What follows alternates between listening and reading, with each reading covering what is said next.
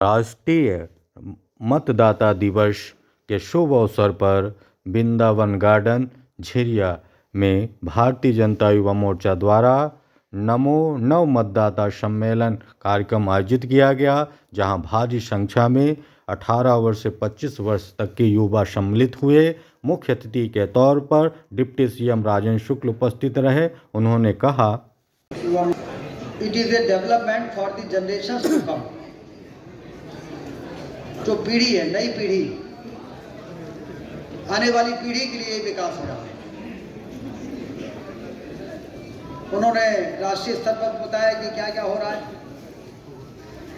और मैं भी शुरू से यही बात कहता रहा। आज ये शानदार 4 लेन की सड़कें हनुमाना तक और बनारस, इलाहाबाद तक, प्रयागराज तक, जबलपुर, ये रीवा में जो हवाई अड्डा बन रहा है, ये जो सिंचाई की नहरों का जाल बिछ के आपके जो पेरेंट्स हैं उनकी यदि पेइंग कैपेसिटी बढ़ रही है तो उससे सबसे ज़्यादा फायदा किसको होगा?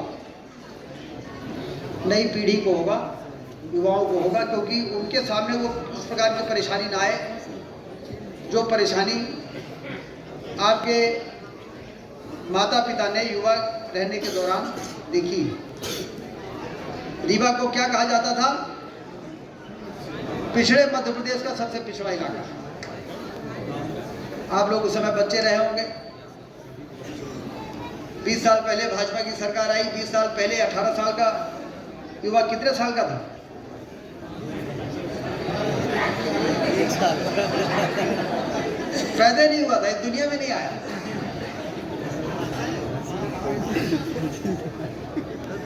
जो 20 साल का है वो भाजपा की सरकार आने के समय पैदा हुआ है।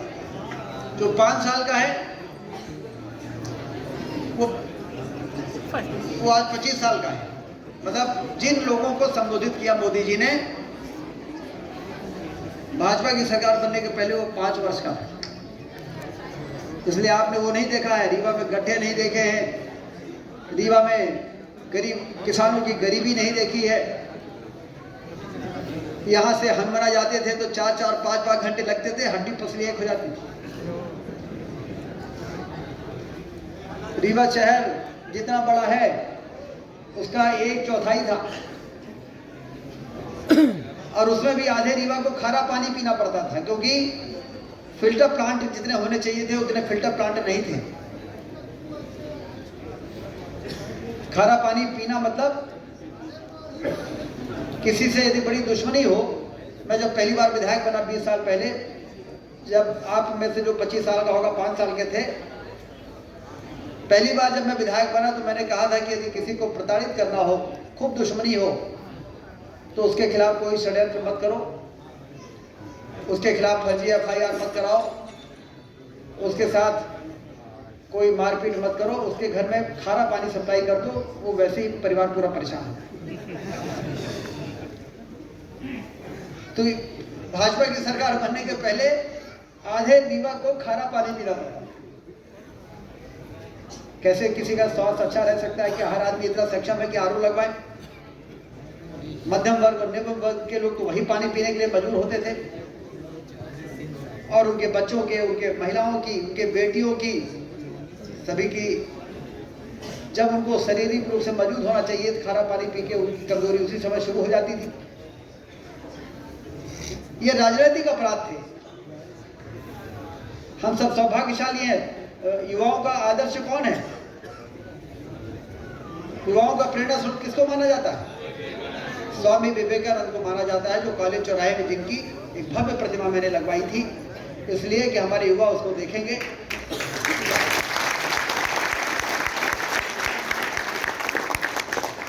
स्वामी विवेकानंद जी ने 19वीं सदी में कहा था, 1893 में क्या कहा था? 21वीं सदी भारत की होगी। इस समय कौन सी सदी चल रही है? 21वीं सदी चल रही है। तो 21वीं सदी के जो नौजवान हैं तो बड़े भाग्यशाली हैं, क्योंकि भारत विश्व गुरु बनने की दिशा में। और देखिए उस महापुरुष की भविष्यवाणी कितनी दूर की दृष्टि देख के उन्होंने कहा था। स्वामी विवेकानंद मात्र 30 साल की उम्र में इस दुनिया को छोड़ के चले गए थे। 30 साल में ही उस दुनिया को छोड़ के चले गए। उन्होंने कहा था 21वीं सदी भारत की होगी और उस महापुरुष की भविष्यवाणी का साकार होते हुए मोदी जी के नेतृत्व में आज सारी दुनिया देख रही है कि भारत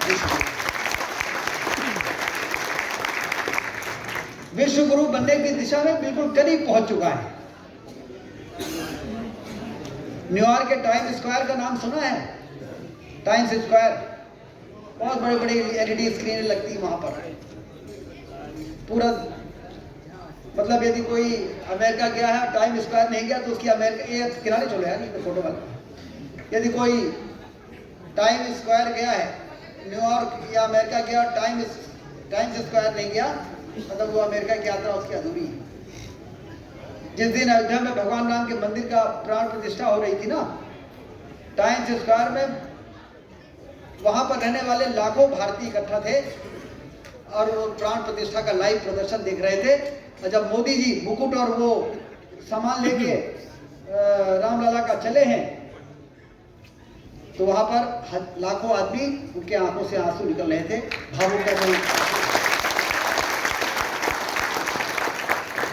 उस दिन टीवी में आप लोगों ने भी देखा होगा, जितने संत महात्मा सामने बैठे थे, बाबा रामदेव से लेके अवधेशानंद जी से लेके हमारे बागेश्वर धाम के बाबा जी से लेके जितने लोग बैठे थे, राम भद्राचार्य जी से लेके और साधु रितंबरा से लेके, अब मुकेश अंबानी से लेके, सचिन तेंदुलकर से लेके, अमिताभ बच्चन से लेके, सारे लोग जितने बैठे थे, जब मोदी जी वो मुकुट लेके और वो चले हैं तो सब लोग की आंखों से आंसू निकल रहे।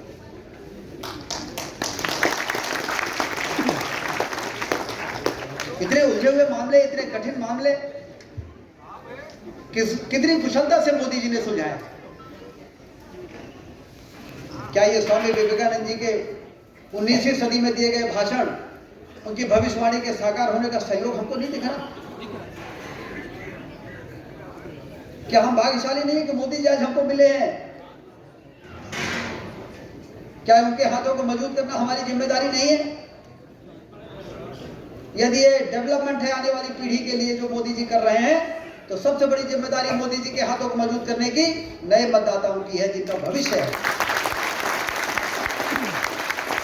जिनके सुनहरे भविष्य के निर्माण के लिए मोदी जी यज्ञ कर रहे हैं। वो कोई प्रधानमंत्री के कुर्सी पर बैठकर और कोई राजनीति का और उस बड़ी सत्ता का आनंद थोड़ी ले रहे हैं।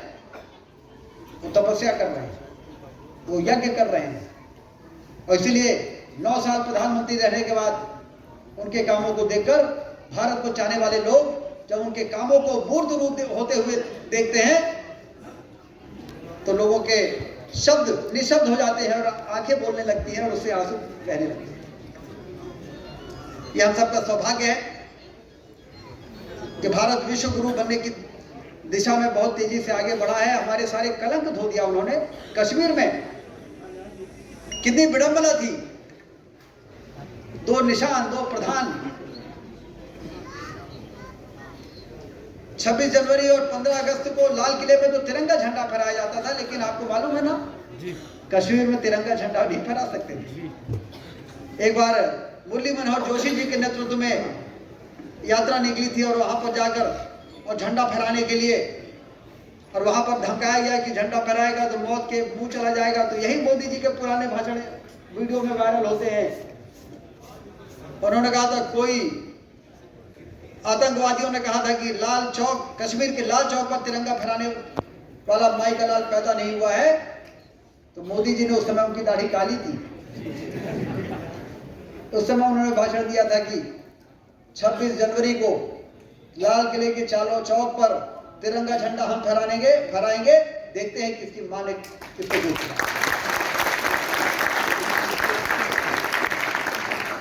उस कश्मीर से धारा 370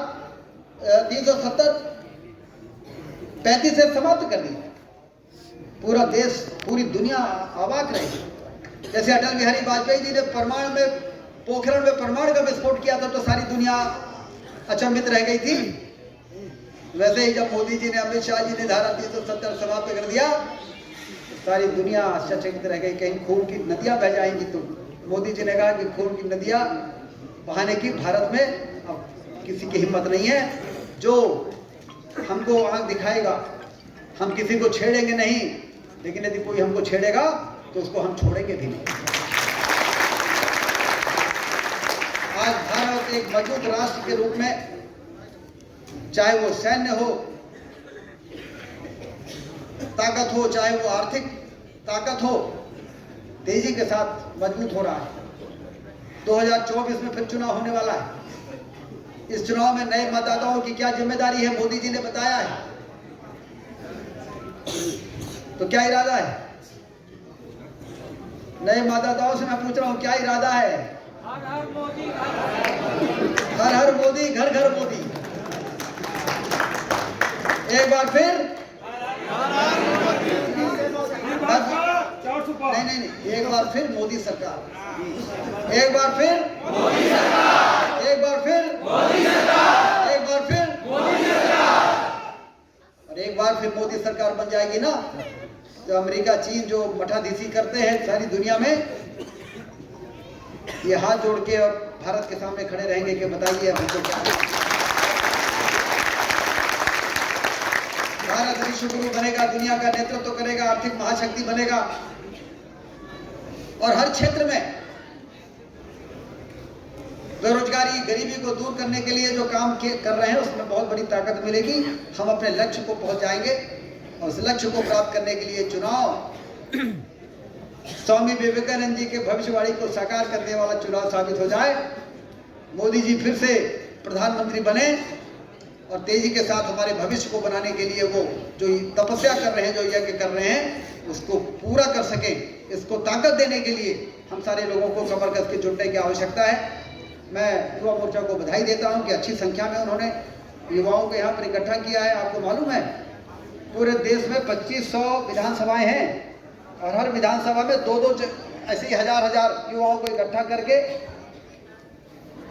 2500 और 1000 एक विधानसभा में 5000 जगह इकट्ठा है लोग। 50 लाख आज जैसे युवाओं को आज मोदी जी ने संबोधित किया है और जिसमें जो काम किया है उसके बातों में कितनी तेज होता है, उसकी बातों में कितना दर्द होता है, उसकी बातों पर जो काम किया है, जिन्होंने काम करने वाला ही इस प्रकार के वक्तव्य दे सकता है जो मोदी जी ने आज हमको दिया है। तो इसलिए